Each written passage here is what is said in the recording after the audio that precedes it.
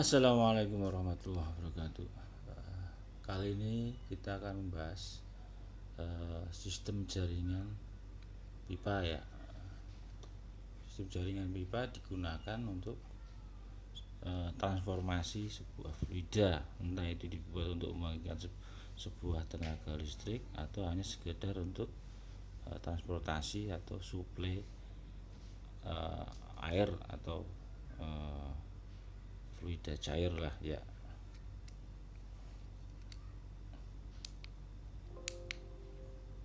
Nah ini ya, setiap perpipaan berfungsi untuk mengalirkan zat cair dari suatu tempat ke tempat yang lain ya. Karena adanya perbedaan tinggi tekanan di kedua tempat yang bisa terjadi karena perbedaan elevasi muka air atau karena adanya pompa ya. Jadi sebuah aliran terjadi karena ada beberapa hal, yaitu salah satunya yaitu perbedaan ketinggian elevasi dan adanya sebuah kerja yang diberikan seperti pada pompa ya. Beberapa contoh sistem perpipaan adalah mengaliran minyak antar kota. Nah, ini ya salah satu contohnya ya, mengaliran minyak antar kota dari pertambangan ke wilayah distributor atau supply chain-nya sendiri ya. Terus yang kedua, pipa pembawa atau pipa pesat dari waduk ke turbin pembangkit listrik tenaga air ini ya.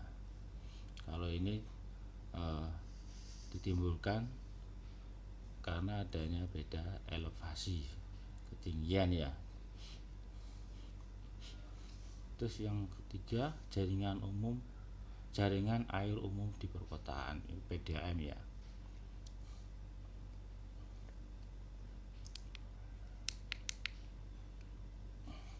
Nah, yang pertama ini pipa dengan turbin ya. Nah, di dalam pembangkit listrik tenaga air digunakan untuk memutar turbin ya. Nah, untuk mendapatkan kecepatan yang besar guna memutar turbin, maka di ujung pipa diberi curat. Nah, curat ini nozzle ya. Seperti kita ketahui pada pertemuan sebelumnya tentang persamaan kontinuitas ya, semakin besar luas penampang maka kecepatannya semakin kecil. Begitu juga sebaliknya ya, semakin kecil luas penampang maka kecepatannya semakin tinggi ya. Nah, untuk mendapatkan kecepatan yang besar guna untuk memutar turbin, maka di ujung pipa penampangnya diperkecil sehingga kecepatannya bertambah ya. Dengan menganggap kehilangan tenaga sekunder kecil, maka di sepanjang pipa garis tenaga berimbit dengan garis tekanan ini ya. Ini garis tenaga berimbit dengan garis tekanan. Kita anggap kehilangan tenaga sekunder kecil ya, jadi bisa diabaikan. Terus garis tenaga turun secara teratur perlahan-lahan karena adanya kehilangan tenaga akibat gesekan. Nah, kehilangan tenaga akibat gesekan ini seperti pertemuan sebelumnya itu tentang masalah kerugian mayor ya. Kerugian minor kan akibat dari perubahan luas penampang, belokan dan segala macamnya. Untuk kalau perubahan mayor diakibatkan oleh gesekan atau halus kasarnya sebuah pipa ya. Di bagian curat garis tenaga turun dengan tajam ini ya, menuju ujung hilir curat di mana tekanan adalah tekanan atmosfer ya. Ya ini ya, di bagian curat atau penampang yang mengecil atau nozzle, garis tekanan langsung menurun tajam ya.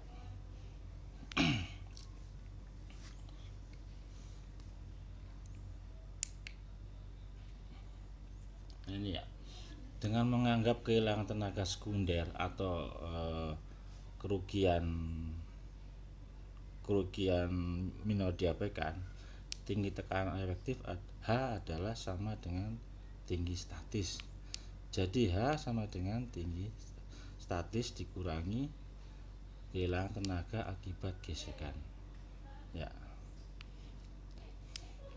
Kehilangan tenaga akibat gesekan ini kan kerugian mayor. Kalau minor kan perubahan penampang ataupun belokan ataupun pertigaan dari sebuah pipa las.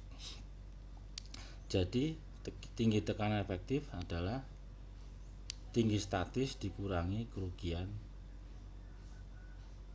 yang disebabkan oleh gesekan, atau H sama dengan HS dikurangi HF ya.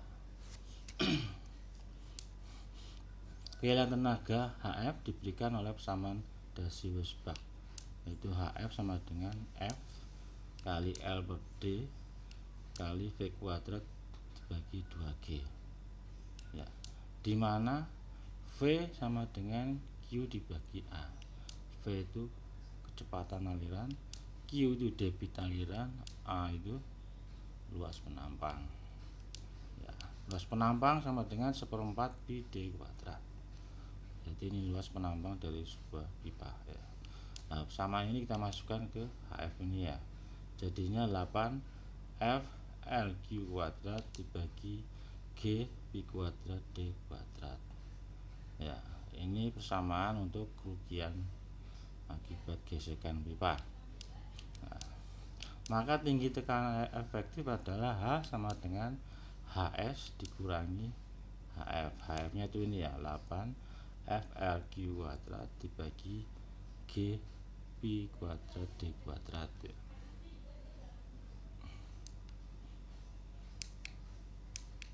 Nah, sekarang kita bahas daya yang tersedia pada curat ya. Daya dirumuskan sebagai berikut ya. W sama dengan Q H kali gamma. Nah, Q itu debit aliran, H itu tinggi tekanan efektif, terus gamma itu berat jenis. Nah, kita ketahui berat jenis kan massa jenis dikalikan percepatan gravitasi ya. Jadi W sama dengan Q kali H kali gamma. Kalau mau diubah dengan horsepower, rumusnya tinggal dibagi dengan 75. Nah, kemudian apabila efisiensi turbin adalah ini, maka daya yang diberikan oleh turbin adalah W sama dengan QH gamma N dibagi 75 horsepower ya. Terus ini persamaan sebelumnya H ini kita masukkan ke persamaan daya. Jadi dayanya menjadi daya turbin menjadi Q gamma N dibagi 75 dikalikan dalam kurung HS tinggi statis dikurangi kerugian akibat gesekan ya.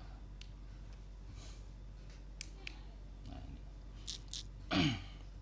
Terus ini jaringan pipa dengan pompa. Nah, pompa ini kan digunakan untuk menaikkan zat cair dari elevasi rendah elevasi tinggi ya. Jadi perbedaan antara pompa sama turbin itu, turbin itu aliran fluidanya digunakan untuk menghasilkan sebuah kerja, kalau pompa untuk menghasilkan aliran air ya. Jadi harus diberikan kerja ya.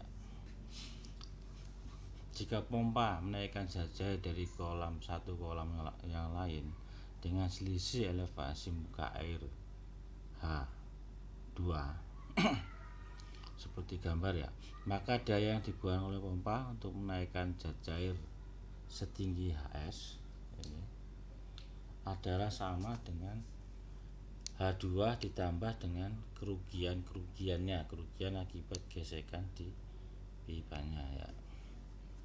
Kehilangan tenaga adalah ekivalen dengan penambahan tinggi elevasi.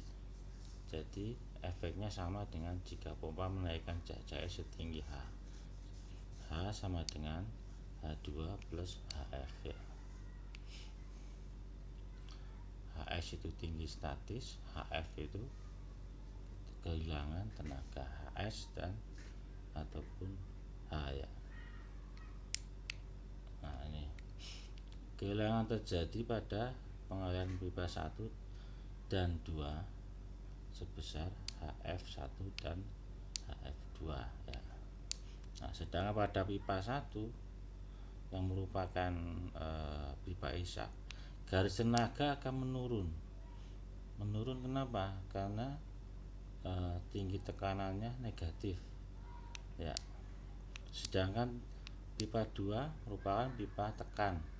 Kalau di bahasa orang pompa itu pipa dorong lah, untuk mendorong air ke atas itu ya. Ya, paham ini kira-kira ya. Pada pipa 1 garis tenaganya menurun karena di sini ada proses hisap dari pompa. Jadi tinggi tekannya negatif ya. Nah, pada pipa 2 tinggi tekannya positif ya.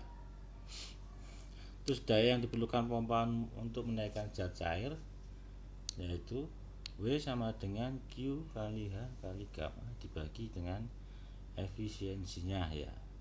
Itu kalau satuannya kilogram force meter per second. Kalau pakai horsepower tinggal dibagi dengan 75 kali efisiensinya ya.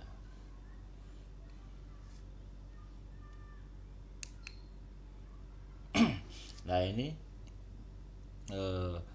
jaringan pipa dengan pompa dengan seri ya, rangkaian seri pipa dengan rangkaian seri ya. Apabila pipa dirangkai dengan rangkaian seri, berarti kan debitnya sama semua antar pipa ya. Q sama dengan Q1 sama dengan Q2 sama dengan Q3 seperti kita bahas pada materi sebelumnya di persamaan kontinuitas ya. Nah, terus untuk panjang, diameter dan koefisien gesekan masing-masing yaitu L1, L2, L3 itu untuk panjangnya, D1, D2, D3 untuk diameter pipa, terus F1, F2, F3 koefisien gesek atau kehalusan pipa ya.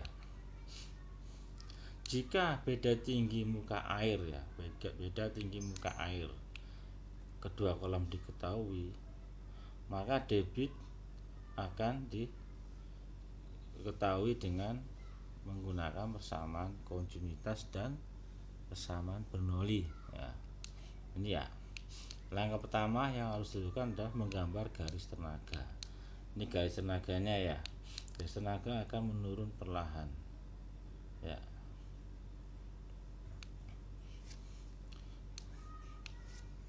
Menurun kenapa? Karena adanya kehilangan tenaga pada HF1, HF2 dan HF3. Ini ya, karena akibat dari gesekan. Nah, untuk sementara untuk kehilangan tenaga sekunder seperti belokan atau pencekikan throttle kita anggap kecil ya, jadi diabaikan dulu ya. Nah, jadi debit di setiap sepanjang pipa adalah sama, Q1 sama dengan Q2 sama dengan Q3. Nah, ini persamaan Bernoulli ya. Pada titik tinggi tekanan H1 dan H2 dan kecepatan V1 sama dengan V2, ini V2 harusnya dianggap 0, maka persamaan menjadi Z1 plus H1 sama dengan Z2 plus H2 ditambah HF1 kerugian pada pipa 1, HF2 tambah lagi HF3 ya, kerugian pada pipa 2 dan kerugian pada pipa 3. Kalau dibalikan dipindah ke sini samanya jadi Z1 plus H1 dikurangi Z2 ditambah H2 sama dengan jumlah total dari kerugian pada sepanjang pipa HF1, HF2 dan HF3. Jadi H atau tinggi statis sama dengan jumlah kerugian total dari pipa itu sendiri ya. H sama dengan HF1 plus HF2 plus HF3. Nah, sekarang kita masukkan ke persamaan dasi Wesbach untuk masalah kerugian-kerugiannya ya. Jadi kan ini setiap kerugian kita masukkan ke persamaan ini ya. Jadi seperti ini ya, H sama dengan kerugian HF1, HF2, HF3 ya. Untuk masing-masing pipa kecepatan alirnya kita cari dulu ya. Misalkan V1 sama dengan Q atau debit dibagi luas penampangnya. Luas penampang dari pipa berdiameter 1. V2 Q dibagi luas penampang pipa 2. V3 sama dengan Q dibagi luas penampang dari pipa 3. Nah, sama ini kita substitusikan ke sini. Persamaan dasi Wesbach ini ya. Jadinya ini ya. H sama dengan 8Q kuadrat dibagi G kali P kuadrat dikalikan kerugian-kerugian yang berhubungan dengan gesekan pipa terus panjang pipa sama diameter pipa ya.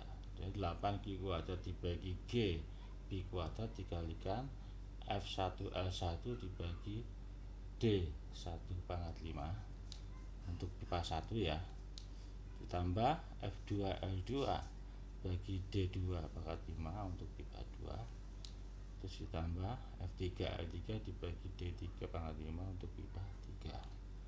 Nah, ini untuk tinggian ya, tinggi tinggi statisnya ya. Sehingga debit aliran bisa dikonversikan seperti ini ya. Q sama dengan P 2/2GH dibagi dengan 4 kali F1 L1 bagi D1/5 dan seterusnya. Akar ini ya. 4 kali akar F1 L1 bagi D1/5. Seterusnya untuk pipa 2 dan 3 juga ya. Nah, ini untuk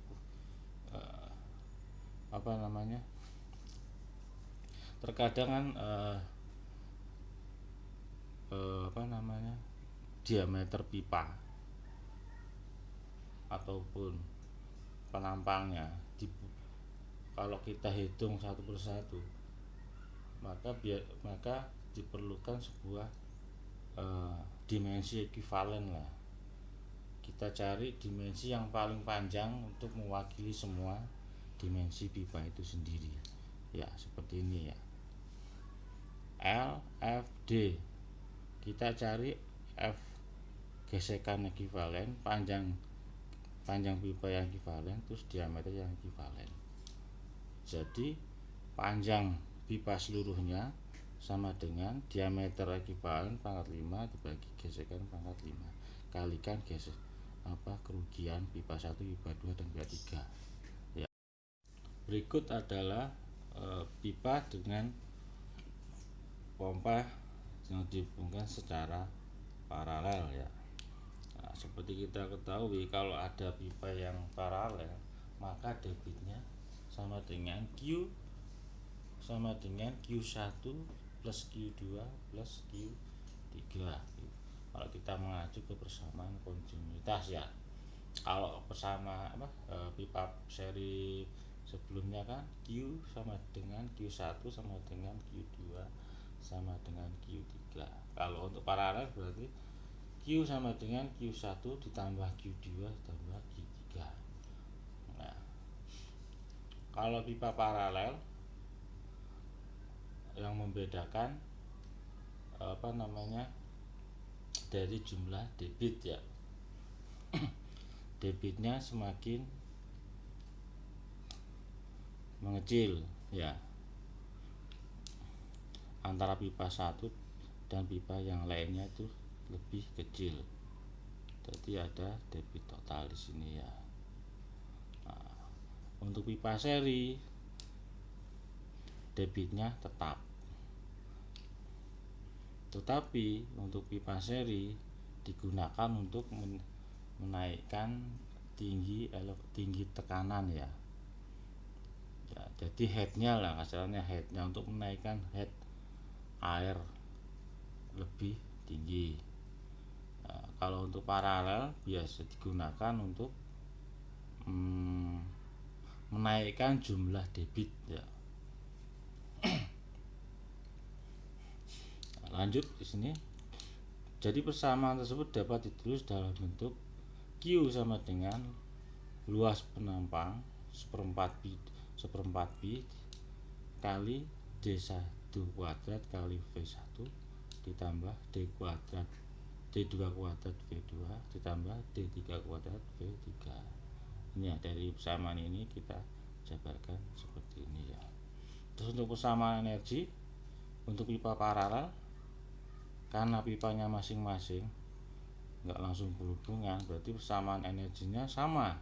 Ini headnya ya. Ya, seperti yang tadi saya bilang.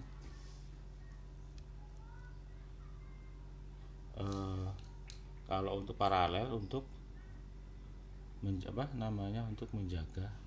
untuk menaikkan head elevasi ya. Untuk pipa seri untuk meningkatkan untuk pipa seri untuk meningkatkan head ya. Untuk pipa paralel untuk menaikkan debit ya. Jangan sampai kebalik ya. Untuk pipa paralel headnya sama, debitnya bertambah. Untuk pipa seri headnya tetap, debitnya yang bertambah. Itu tujuannya dirangkai pipa seri maupun paralel, tujuannya seperti itu ya. Lanjut lagi. Setelah persamaan ini kita turunkan lagi ke sini ya. H sama dengan F1 L1 dibagi D1 kali V1 kuadrat dibagi 2G ya. Dan seterusnya untuk pipa 1, pipa 3 ya. Nah, ini kan secara perbagian pipa luas penampangnya ya. Nah, terus kembali lagi ke samaan untuk mencari pipa atau dimensi yang ekivalen supaya lebih mudah untuk proses penghitungan ya. Jadi dimensi yang terpanjang kita pakai, dimensi pipa yang paling banyak bisa dipakai sebagai dimensi ekivalen ya. Jadi dianggap sama dimensinya itu ya. Jadi Q sama dengan pi per 4 kali akar 2G dikalikan DE pangkat 5 dibagi FE dibagi LE pangkat setengah atau akar ya, kalikan H pangkat setengah atau akar. Ini akar sebenarnya ini ya, akar semua. Jadi Q1 sama dengan pi per 4 kali akar 2G dikalikan akar D1 pangkat 5 dibagi F1 bagi L1 dan seterusnya untuk pipa 2 dan 3. Nah, persamaan ini kita substitusikan ke sini semua ya, jadinya seperti ini ya. Ya. Sekian dari pompa dengan hubungan paralel maupun seri. Selanjutnya kita akan membahas masalah ini ya, contoh soalnya ya. Ada sebuah kolam A dan B mempunyai beda tinggi muka air 25 meter. Kolam A posisinya lebih tinggi daripada kolam B. Nah, pipa 1 mempunyai dimensi seperti ini, pipa 2 dimensinya seperti ini, pipa 3 seperti ini ya. Yang ditanyakan tentukan debit air yang pertama ya. Terus yang kedua tentukan panjang pipa ekivalen.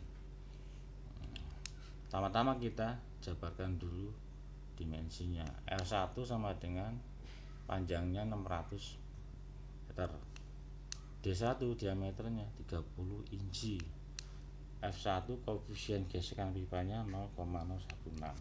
Begitu juga untuk dimensi dari pipa yang 2 dan 3.